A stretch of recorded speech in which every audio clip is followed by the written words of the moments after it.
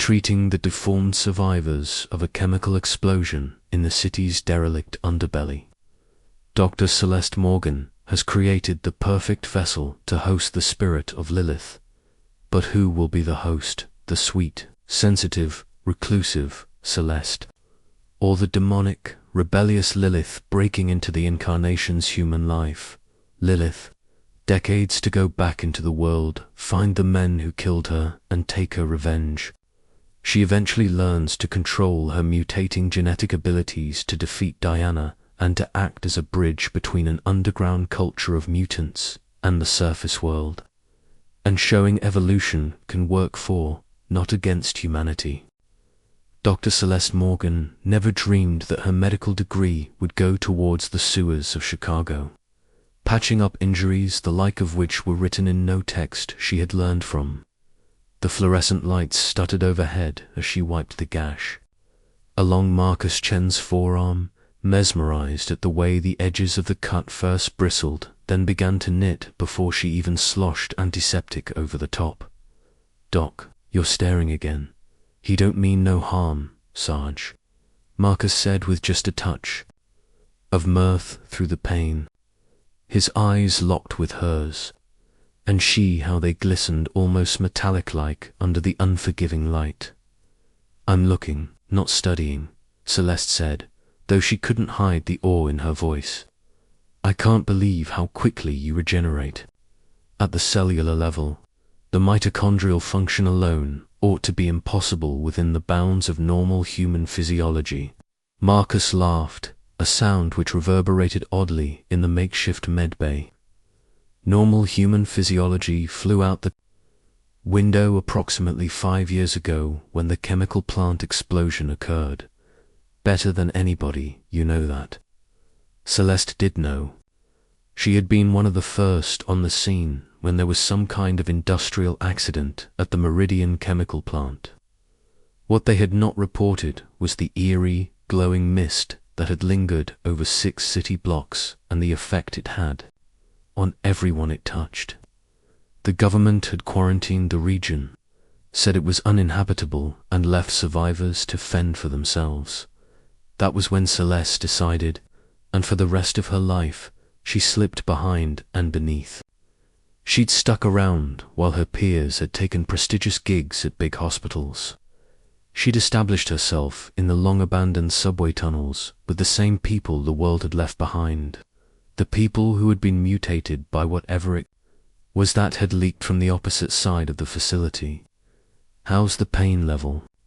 she said, winding a roll of gauze around Marcus's arm she could safely assume would be superfluous in a matter of hours.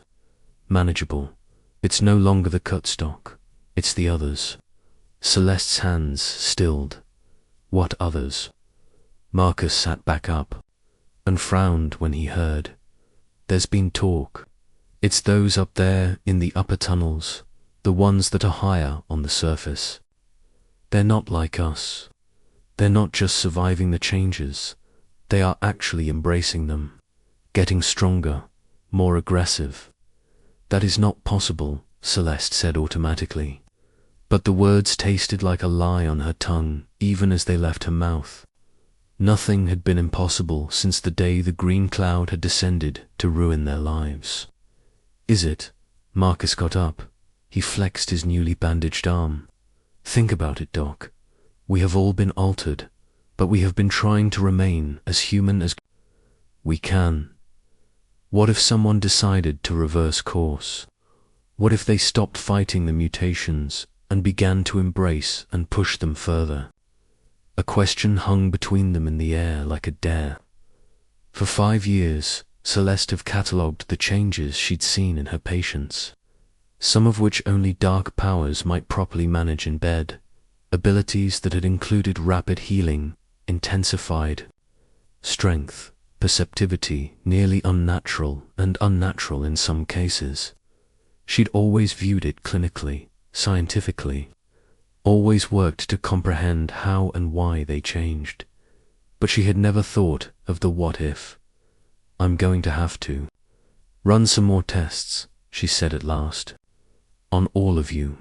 If there's something going on, something changing in the mutation patterns. I need to know. The next 3 weeks, Celeste buried herself in studies with an enthusiasm that even took her back. She took blood, did physical exams, and ran every test she could finagle. She had minimal equipment. She was nothing but thrilled and terrified by what she found. The mutations weren't random. They were adaptable, reacting to the demands of outside stimuli and the dictates of the inside will, and they were still changing. The genetic markers are something I've never seen in your baseline samples, she told her core group of patients, who now included Marcus, as well as Dmitry Volkov, whose skin had taken on a metallic cast that could adequately deflect small caliber bullets, and Anya Reeves, who'd rewired the human nervous system, making it possible for her to process information at an almost superhuman pace. Different how? Sorry, Anya said, speaking quickly as she always did now, her brain moving faster than her mouth could follow. Your DNA is not simply mutated, it is rewriting itself. The telomeres are longer than they ought to be.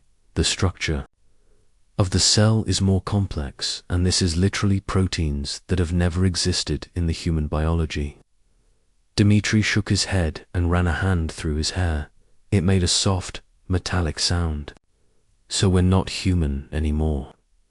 You're not quite human, Celeste spoke carefully.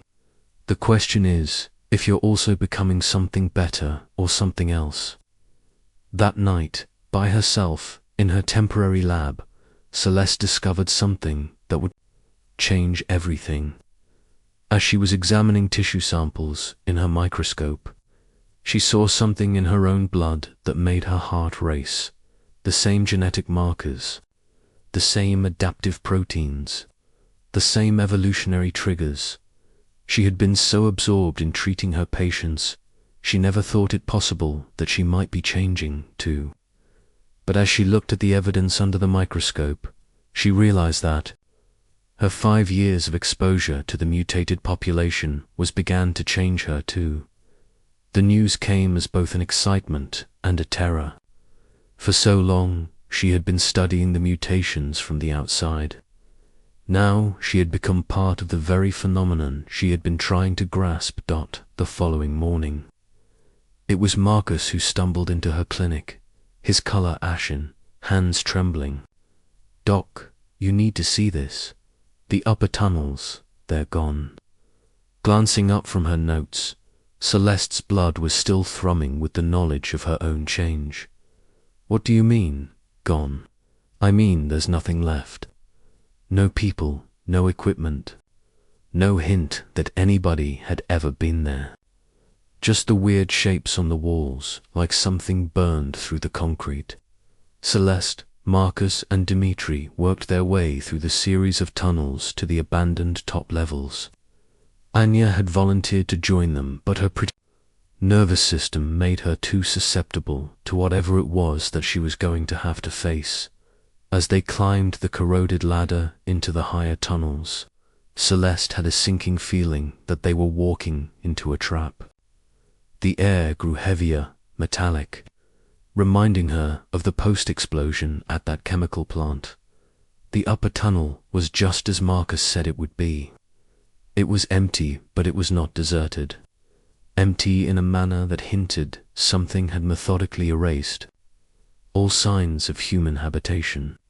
Weird angular patterns patterned the walls that appeared to be almost glowing of their own accord. These aren't scorch marks, Celeste said, trailing her fingers over the polished troughs in the concrete. They're too precise, too uniform. It's as if someone took the wall as a canvas or a weapon, Dmitry interjected darkly. The farther they ventured into the disused section, the more evidence they found for what had occurred.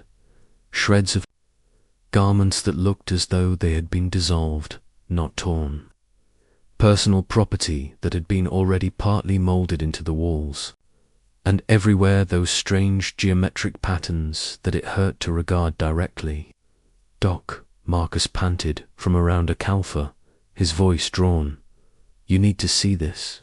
Celeste and Dimitri made their way to the sound of his voice, entering into a massive chamber that long ago had doubled as a common room.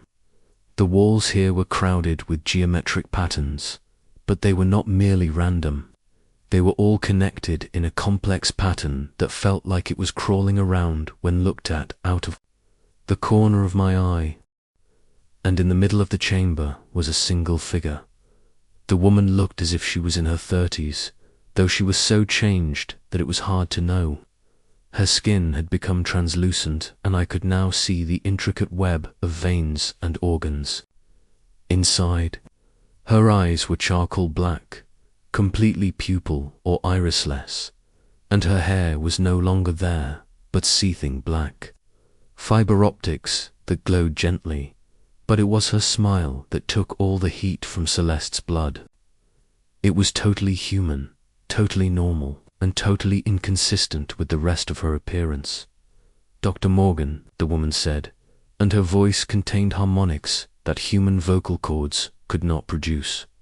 "I've been waiting for you. Who are you? Nice day." Celeste had wondered, though she was already inching back toward the door. "I used to be Diana Thorne, until I realized who we could be. Now I'm something so much more interesting." Diana got up easily, with too much fluidity, too much control. "I've been observing what you're up to, Doctor. Your attention to detail, your clinical demeanor with our transformation. So limited in scope. What did you do with the people who lived here?" Dimitri snarled the words, his skin darkening to the metallic blue of the shield of armor. "I showed them what was true," Diana answered, "that we don't have to be victims of our mutations. We can be masters of them. Here we can stretch the limits of what's possible, evolve beyond the limits of our original form." "You killed them," Marcus said. "I liberated them. I'm just going to liberate you." Diana lifted her hand, and geometric designs glowing on the wall grew brighter. It was a strange pulling, as if something were pulling her forward without her even wanting to go. "You see, Doctor, your form is already changing. I can sense it. The same adaptive proteins that are enabling your patients to heal and grow stronger are at work inside of you at this very moment. But you're half-farsing it, clinging for dear life to your humanity like a goddamn security blanket." The pulling intensified, and Celeste's eyes widened as she suddenly began to understand with mounting horror that Diana was using some method to command the mutations of her flesh to work faster. "I'll show you what you could be," continued Diana as her black eyes shone with the pulsing light from the walls. "What all of us could be if we didn't hold ourselves back." Celeste watched her vision swim as her neural net began to fire in patterns she never had before. She found that her senses opened up to encompass the fields of magnetism, the microclimate which separated the tempers of the sun from the backside of Fort Kwanzaa, even the imperceptible chemical trails of her companion's fear. The sensation was intoxicating. For a moment she could sense the potential in her changing body, the possibilities just outside her grasp. And then she saw what Diana had done to make her own transformation. It rushed into her thoughts like a deluge following a dam break. Diana had not merely accepted her mutations, she had fed on others, devouring their genetic essence and assimilating their gifts into her constantly evolving physiology. The upper tunnel people had not been killed, they had been cannibalized. The unique adaptations to their environment stripped from them and mined to further Diana's own suite of talents. "You're a parasite," Celeste hissed, struggling against the force inside her, threatening to consume her completely. "I'm Darwin in motion," Diana replied with the evolution of humanity to come, "and you're going to help me." The images on the wall developed into speeding geometric patterns, and Celeste felt her body instinctively starting to react, although she was doing her utmost to resist. Her muscles grew stronger, her reflexes faster, her mind opened up to new means of understanding. But, under the excitement of it, she felt Diana's hand on her, steering her transition, making it about something other than her own survival. Fight. It, Doc, Marcus called, but his voice sounded very far. Celeste shut her eyes and drew on all she'd learned about the mutations in the last 5 years. The solution was not to fight those changes, because if the change had already happened, you couldn't resist it. The trick was not to oppose them, but to understand them and coexist with them.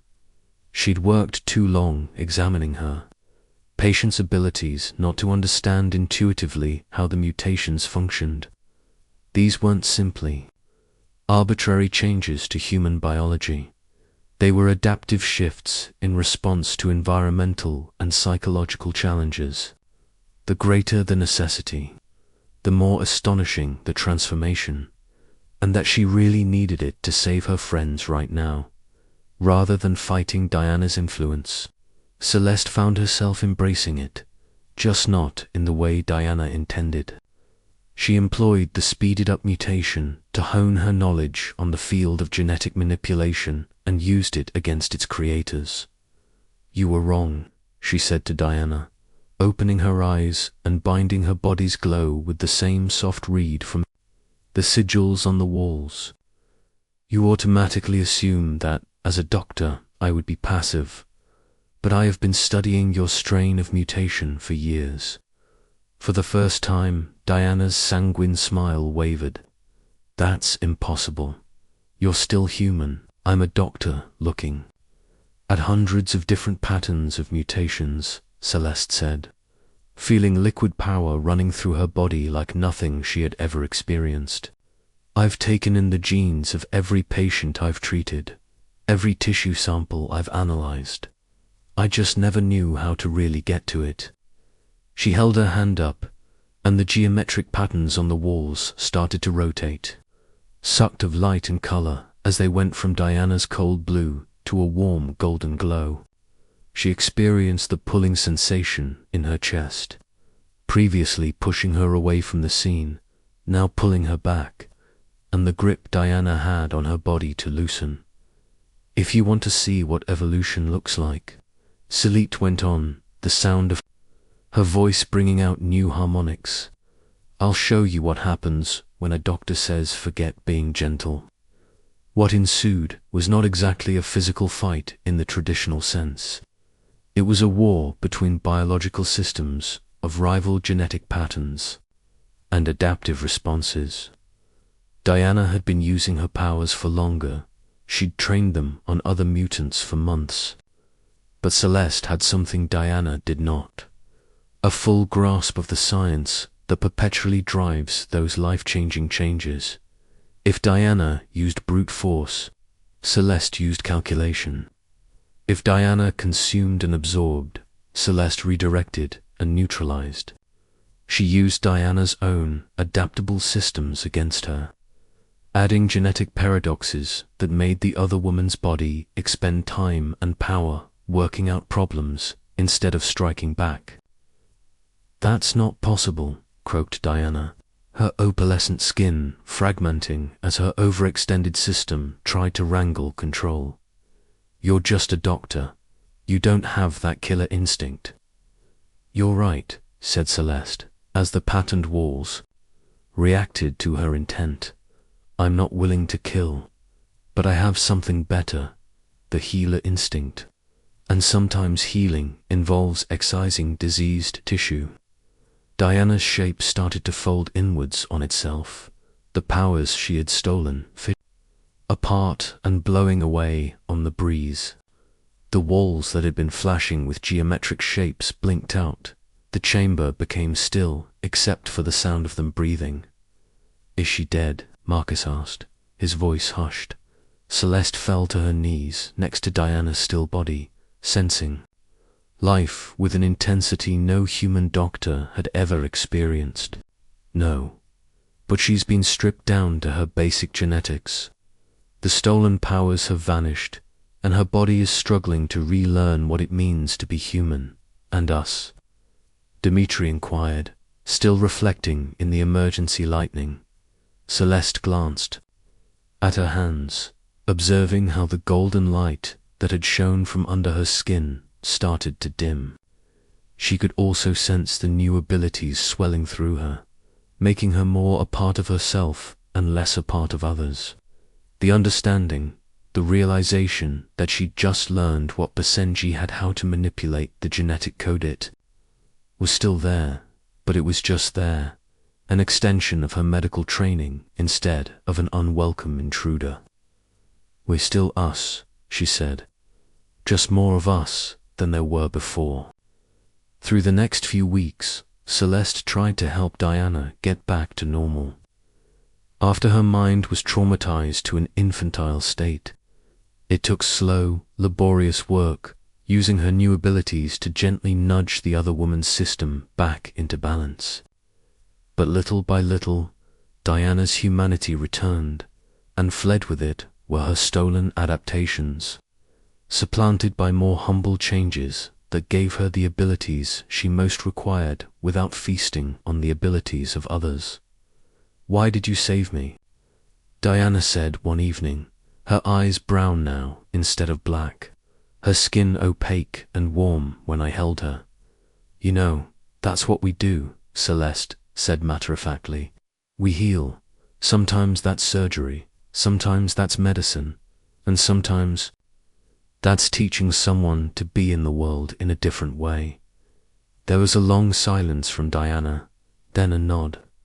"I had become so afraid of shedding my own skin that I began collecting dabs of everyone else's. I thought if I were just strong enough, powerful enough, I would never have to be what I had become." "These mutations aren't random things that happen to us," Celeste said. "There's something we become. The decision isn't whether to change, that's already happened. The only measured again is what we do with the change." And in the ensuing months, Celeste found herself playing a new part in the subterranean world. She was no longer simply a doctor treating the symptoms of mutation. She was a counselor, guiding others to understand and shape their own transformations. Her advanced skill enabled her to be empathic with others and their genetic patterns, guiding them to strike a balance between their human nature and their evolved one. Marcus honed his regenerative talents to such a point that he could heal others as well as himself, and he became a sort of untrained medic in the village. Dimitri mastered the use of his metallic skin, switching from his defensive state back to his normal at will. Anya soon found that her souped-up empath-nerve paved the way for elaborate technological interfaces, thus becoming the community's chief tech head, and then, gradually and deliberately, Diana started to gain empathic abilities and the power to feel others' feelings, which naturally made her an ace at diplomacy and therapy. "You know what I think. It's way ahead of schedule," Marcus murmured one evening in the main chamber, observing the younger members of the community as they worked on controlling their powers. "What's that?" Celeste inquired, not taking her eyes off of the genetic work she was studying. "I think you were supposed to be here. Not just a doctor, but something more. As if you were exactly the missing piece that made all of this work." Celeste thought about it and noticed the warm buzz of her augmented powers humming throughout her body. The mutations had gifted her with more than just genetic manipulation and enhanced senses. They'd gifted her with a deeper bond to the community she served, an ability to sense not just their physical needs, but their emotional and psychological ones too. "Maybe," she said finally, "or maybe we all were. Perhaps our explosion had not been accidental, and perhaps we had not been victims. Perhaps we were seeds, sown in the dark, but we waited for the light and we grew into something more. That sounds pretty optimistic, Dmitri said, his metallic skin glowing softly in the chamber's dim light. I'm with the doctor, Celeste answered with a grin.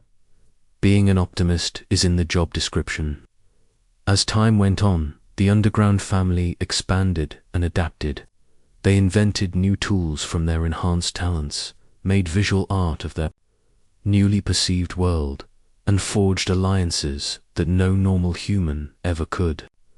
They were living examples that change, even radical and scary change, could be as much a recipe for growth as for disaster. Celeste emerged as the de facto leader, which she had never really considered herself to be. She was only a doctor who had discovered how to cure not only bodies, but the relationship between humanity and its own evolution. She helped show them that their mutations were not a curse to be suffered or powers to be exploited.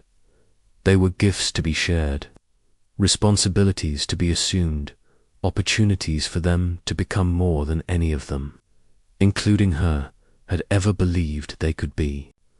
The surface world continued to abhor and reject mutants as humanity mutated in the heaps beneath the Chicago streets.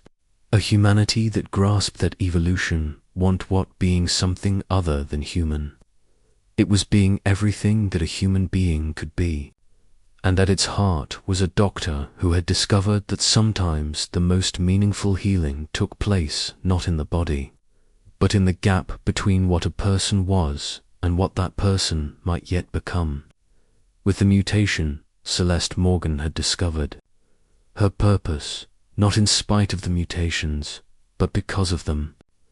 She had realized that the real power of evolution wasn't the changes themselves, but in the choice of how to apply them. Ultimately, that decision would make all the difference. That day when the World Above Ground book finally called on the underworld. They arrived looking for monsters, victims, or both, but instead they discovered a prosperous people who had adapted their single greatest liability into an asset. We're not the same bunch of human beings who fell through the cracks 5 years ago, Celeste told the government officials dispatched to evaluate the situation. We are not the victims of the chemical plant explosion, and we are not the monsters your news reports probably told you we were. We are something different, something that this world needs to see. And the lead official, a severe-looking woman, in a crisp suit, glanced around the main chamber with thinly veiled wonder. The walls were living works of art responding to the feelings of the beholders. The light was provided by photograph-synthesint creatures that had been bred for exactly that purpose, and the air held a faint quality that seemed to both heal and invigorate. "What exactly are you?" she asked. "We're the future," Celeste said bluntly. "We represent what happens in life when all of a sudden humanity stops being afraid of change and begin to embrace it. We are proof that evolution does not have to signal the end of who we are. It can mean the beginning of who we're meant to be." Subsequent negotiations were protracted and difficult, but in the end, a new understanding was reached between the surface world and those below. The mutants were never relocated or contained. They were acknowledged as an actual society with positive contributions to make to the world above. Celeste became an ambassador between the two worlds and began to connect the dots between fear and knowledge. She was the perfect defender of her race, for she had unique abilities and served as a medic, and she had medical knowledge that also gave her stature with the community above. Sometime after, the historians recalled the age that followed the disaster of the Meridian chemical over the centuries, and would refer to the day of first contact as the commencement of a new age in human development, not because of the mutations, but because of the ways a small community had come to teach itself how to turn tragedy into triumph, fear into understanding, isolation into connection. And in the center of that transformation, the catalyst for it, was a doctor who had come to know the deadliest weapon in the struggle for survival wasn't physical strength, or speed, or any of the dramatic prowess granted her by her mutations. It was his compassion, his understanding, his refusal to lose faith in anyone, no matter how much they had been changed, no matter how far they had fallen. That had been the key. Dr. Celeste Morgan began her odyssey as a mender of bodies. She was something much more profound, a healer of the fear that separated humanity from its own potential. And in the process, she had saved not just her own community, but the human world from the worst threat it had ever faced, that of losing faith in its own ability to grow, to change, and to hope. The mutations had been a trigger, but the true transformation had been in the decision to view change as an opportunity rather than a curse. That decision, Celeste understood, would reverberate for generations to come, molding the future of what it meant to be human in a world where the impossible had become merely another word for potential.